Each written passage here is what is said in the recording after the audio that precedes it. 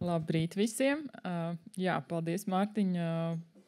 Mārtiņš apmēram pastāstīja, kas es tātad esmu. Daudzpusīgs cilvēks. Gan jūsu klients, gan jūsu kolēģis, var teikt tā. Jā, kopš vakardienas esmu arī Reto slimību alianses valdes locekle, bet darbojos aliansē jau apmēram gadu vienā lielā projektā. Līdz ar to joma ir zināma un stāstīšu šodien tieši par šo NVO sektoru, caur tieši tādu pacientu organizāciju lomu sociālajā darbā, ko es arī caur savu pieredzi esmu pamanījusi, un tad man šķitas ir svarīgi par to runāt arī ar jums.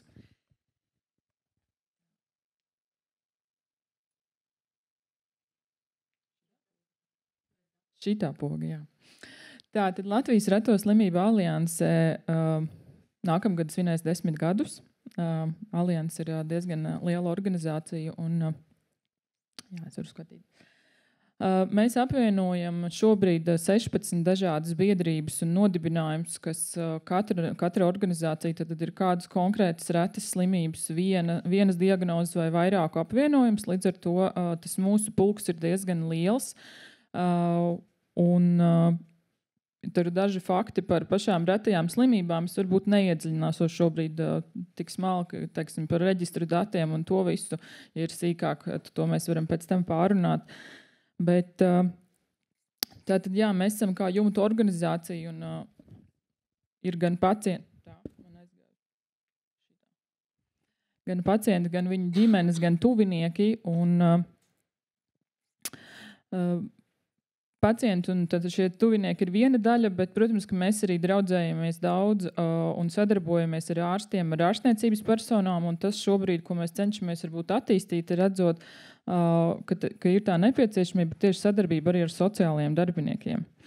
Jo šī sociālā joma, veselības joma ir viena daļa, bet sociālā joma arī ir tā, kas ir ļoti būtiska un svarīga, un man liekas, viņas nevar nodalīt, jā.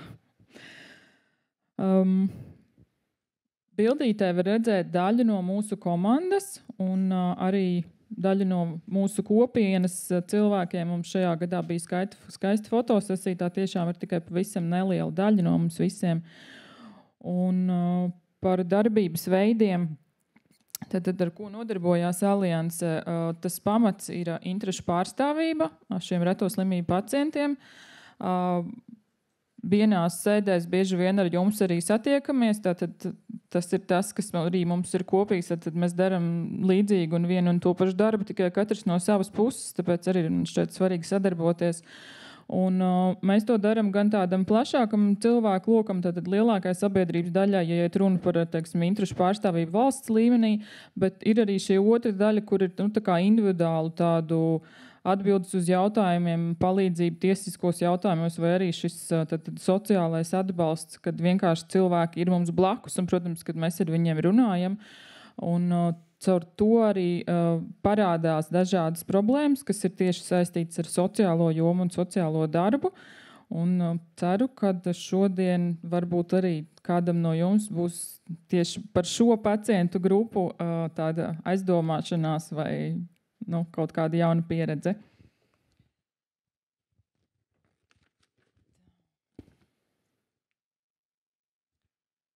Tātad, kas mums ir kopīgs? Apmēram jau minēju, bet es mēģināju tā vizuāli to attēlot, kad principā jūsu darbs un tas cilvēks, kā jūs viņu saucat, ar ko strādā no sociālā darbinieka puses, ir klients. Priekš mums tas ir pacients vai draugs vai līdzcilvēks, bet būtībā tas ir viens un tas pats cilvēks. Līdz ar to tas darbs ir vienāds, ko darat jūs, un kādā tas mērķis ir vienāds, teiksim tā, nevis darbs. Un es ieliku pāris atslēgas vārdus tieši par NVO, varbūt, lai uzsvērtu, kāpēc NVO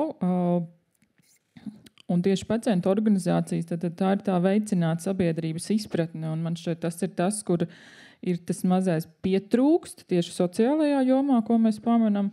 Un es teiktu, ka šīs nevalstiskās organizācijas un pacientu organizācijas var būt kā tilts, kā šis saziņas līdzeklis starp jums un starp mums. Un tālāk es stāstīšu arī vienu konkrētu gadījumu, tātad, kur dzīvē tas ir parādījies, kā tas notiek. Kā mēs šīs problēmas esam identificējuši Latvijas Reto slimību aliansē šogad projektā, viena sadaļa ir tāds liels pētījums tieši par diskrimināciju, par cilvēktiesību ievērošanu, par iecietību, toleranci tieši reto slimību jomā. Tātad gan šiem pacientiem, gan tuviniekiem, kā viņi jūtās. Mums bija tāds plašs pētījums, kurš vēl pagaidām nav noslēdzies. Un, protams, ka aptaujas jautājumos un intervijās mēs iekļāvām šo sadaļu arī par sadarbību ar sociālo dienestu, sociālajiem darbiniekiem, jautājot, kāda tad ir situācija. Un šeit jūs redzat aptaujas anketas datus, kur tā bija tāda kvantitatīvā aptauja, kur parādās tas, ka diezgan lielai daļai no šiem cilvēkiem nav pieredzes sadarbībā ar sociālo dienestu, bet es gribu uzsvērt to, ka šī mērķa auditorija bija cilvēki ar retām slimībām vai viņu tuvinieki, kas principā lielākai daļai tomēr būtu jābūt saskarē ar sociālo dienestu un sociālo darbinieku.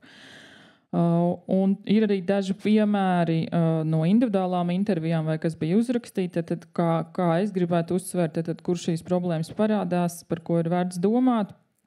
Un kādēļ es to saku, kad reta slimība, es teiktu, ir krīzes situācija. Jo tas ietekmē gan fizisko veselību, gan mentālo veselību, gan dzīves apstākļus, visu sociālo funkcionēšanu un principā ne tikai pašam pacientam, bet arī daudz apkārtējiem cilvēkiem un ģimenei. Bet, diemžēl, daudz mēs redzam to, ka šie reto slimību cilvēki ar retām slimībām tomēr paši kaut kā funkcionē un darbojās tālāk, un tad var likties, ja jau viņš sociāli funkcionē un spēja darboties un dzīvot, tad varbūt nav ko iet uz sociālo dienestu, bet, diemžēl, mēdz gadīties arī tā, kad kamēr nonāk līdz sociālajiem dienestam, varbūt varēja arī ātrāk un maz sāpīgāk, teiksim tā. Un tad tālāk par šo konkrēto gadījumu. Tātad situācija, ar kuras saskāros vasarā, bija tāda, kad es nesen biju iepazinusies ar kādu ģimeni, kas ir tātad reto slimību kopienas daļa. Viņiem ir bērns ar retu slimību. Tā kā es zināju šo informāciju par to, kad meitenei ir tātad retā slimība zinām jau vairāk kā 10 gadus. Tad es saņēmu šo zvanu svētdienas dienā, kad cilvēks ir diezgan satraukts, emocionāli tāds, nobijies un nezinu, ko darīt, jo sociālais dienests ir tā kā pateicis, kad ir jāmeklē jauna dzīvesvieta. Citādi bērni tiks izņemti no ģimenes un ievietot krīzes centrā. Protams, es sāku izjautāt, kas un kāpēc un kādi tad ir šie sadzīves apstākļi. Un kādēļ ir tāds lēmums, jautājot, vai ir rakstisks paziņojums, tad rakstisks paziņojums nav, tas ir kā ir mutiski, bet ir noteikti tā kā termiņš. Un man tas nelikās forši, bet galvenais bija tas, ka šis cilvēks ir ļoti satraucies un tas rada tādu emocionālo spriedzi un mēģinot viņu nomierināt. Tātad mēs runājām par to, ko un kā darīt tālāk. Šā ģimenē tātad ir 3 bērni, no kuriem 2 ir nepilngadīgi un 1 ir ar reto slimību. Meitenei joprojām 10 gadu laikā nav noteikta invaliditāte. Tātad neviena no iesaistītajām pusēm, ne ārstniecības puses, ne arī tātad jebkurš no sociālās jomas vai apkārtējiem cilvēkiem nav sniedzis pietiekami informāciju un to, ka ar šo slimību būtu nepieciešams šo invaliditāti kārtot. Protams, ka meitenei ir veselības problēmas ne ļoti redzamas, kā tas mēdz būt reto slimību gadījumos. Reto slimību pacienti var būt arī šeit mūsu vidū, un jūs to varat pat nezināt. Jo to sauc par neredzamo invaliditāti, un mēdz būt tā, ka šīs slimības izpausmes ir ļoti, ļoti neredzamas uz āru, bet viņas ir ļoti traucējušas ikdienas funkcionēšanā. Un līdz ar to mamma visus šos gadus un ģimene ir cīnījušies un darījuši kā var. ja ģimenes ārsts pasaka, ka invaliditāte nav jākārto un, teiksim, nekāds sociālais atbalsts neviens nekur nav sūtīts, nu, protams, ģimene turpina dzīvot, kā var. Meitenei sekmes neatbilst vecumam un skolā viņai ir problēmas, protams, ka dēļ tā, ka viņa ir citādāk, viņu apsaukā un abižo. Līdz ar to tas arī bērnam ir radījis tādu psiholoģisku diskomfortu un mamma saprot, ka ja viņa ar sevi vēl kaut kā tiek galā, tad tomēr bērnam īsti nav skaidrs, kā palīdzēt, jo tā situācija nekā īsti nerisinās.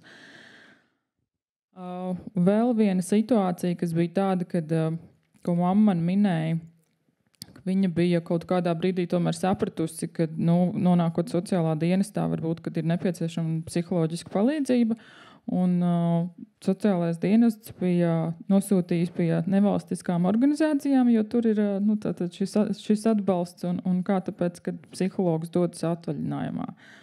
Un dzīvē tā var droši vien gadīties, varbūt nav forši, bet tajā pašā laikā jā, reizēm arī tad nevalstiskais sektors varbūt var palīdzēt, jo tajā brīdī varbūt nevalstiskām organizācijām ir vai kāda nometne vai atbalsta grupa vai kaut kas tāds, vienkārši risinām situāciju, kā varam. Un tad par to risinājumu, līdz kam mēs nonācām un kas tātad ģimenē notiek šobrīd. Protams, ka es aicināju viņu izrunāties ar sociālo dienestu, mēģināt saprast, kur ir kaut kādas neprecizitātes, varbūt, kur ir kaut kādi pārpratumi un kā tad īsti ir par to, ka šodien un rīt viņus neviens uz ielas neliks un no ģimenes ārā bērnus neņems. Es izstāstīju visu par invaliditātes kārtošanu un aicināju iet pie ģimenes ārsta un tad pieprasīt šo informāciju. Ģimenei pašai neizdevās sākotnēji atrast šo jauno dzīves vietu, jo, es sapratu, ka apstākļi it kā nav piemēroti, ļoti labvēlīgi, un ar to tāpēc varbūt tur saprast, kādēļ ir šis lēmums no sociālā dienesta puses, bet nebija tik viegli atrast jaunu dzīves vietu, un iespējams te parādījās tas, ka ģimene pati to nespēja kaut kādā brīdī, jo viņi saka, mums uzreiz atsaka, kā mēs pasakam, kad sociālais dienests, teiksim, daļu apmaksās vai tā, un tad tas laika gaitā ar vienu es sapratu, ka mammai rada vēl lielāku stresu, jo, protams, ka viņas lielākās bailes bija tās, kad viņa atņems bērnus.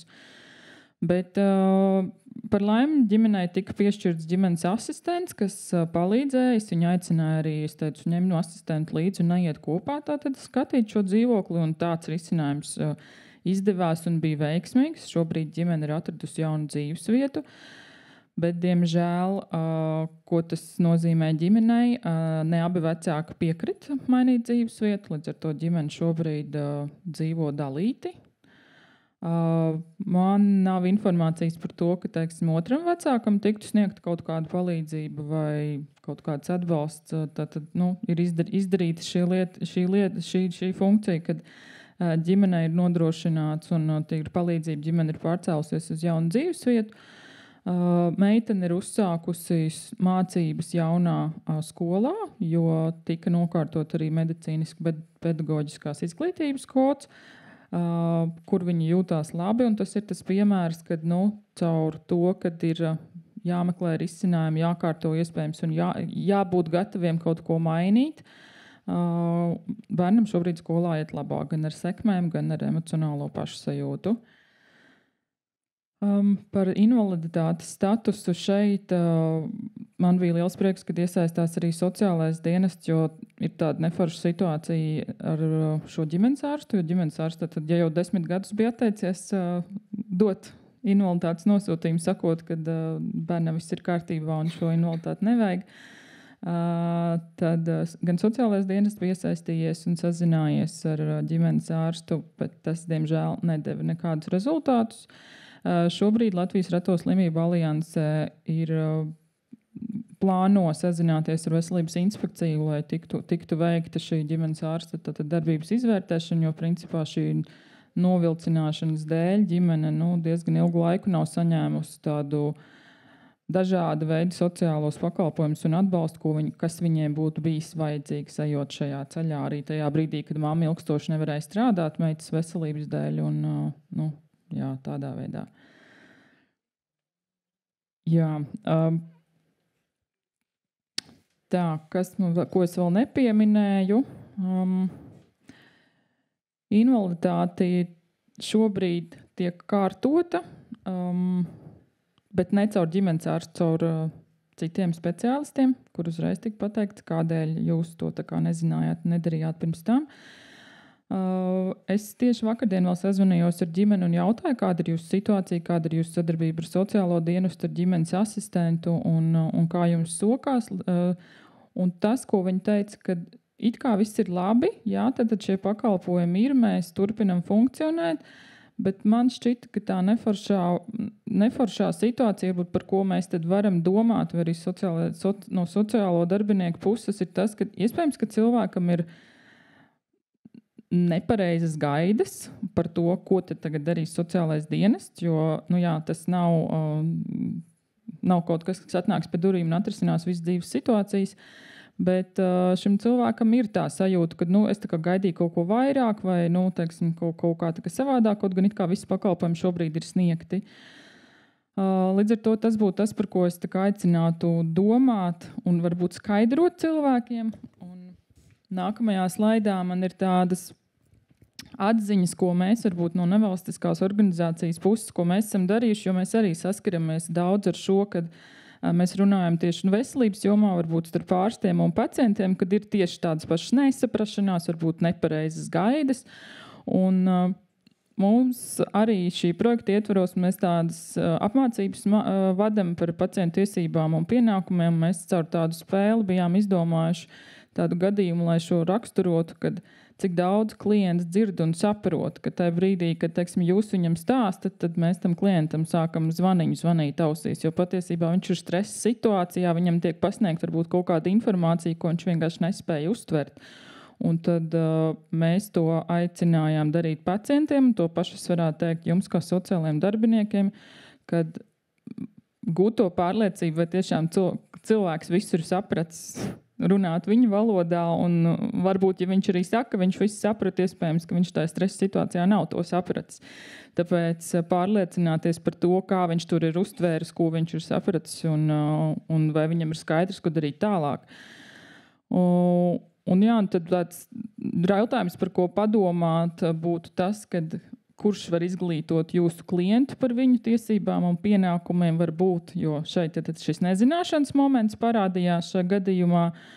Un saistībā ar NVO es gribētu teikt, ka arī NVO, es kā varbūt kā tomēr drusku pietuvināt sociālajiem darbam, zināju varbūt kaut ko teikt un tā kā virzīju tālāk, bet es pieļauju, ka gana daudzi būtu tie gadījumi, kad es redzu arī kolēģi vidū, ka nav šīs izpratnes par to, kas precīzi ir sociālais darbs un kādi ir tie pakalpojumi vai visa šī sistēma. Līdz ar to man liktos mans utopiskais redzējums ir tas, ka sociālais dienests varētu sadarboties vismaz savas pašvaldības ietvaros ar šīm nevalstiskām organizācijām, kas ir varbūt tieši pacientu organizācijas, kur ir šie cilvēki, un runāt un skaidrot šīm organizācijām, jo viņas ir tās, kas iespējams ir tuvāk. Jo ir arī kaut kāda tāda emocionāla blokāde varbūt šim klientam. Ja es saku, kāpēc tu zvanīji man, kāpēc, teiksim, tu nezvanīji uzreiz sociālam dienestam? Iespējams, viņi kaut kāda jūtas vairāk uzticību, jo es esmu tomēr arī tāds tā kā cilvēks, kas ir viņu, tāds pats kā viņi un tā, un iespējams, ka tur ir kaut kāds ierobežojums klientam. Un, jā, protams, es jau teicu, mēs sēžam vienās sēdēs, mums ir kopīgi interešu pārstāvība, un, man liekas, ja mēs to darītu kopā, tad varbūt arī rezultāts varētu būt reizēm labāks, nevis, kad mēs no savas puses, dienesti no savas puses,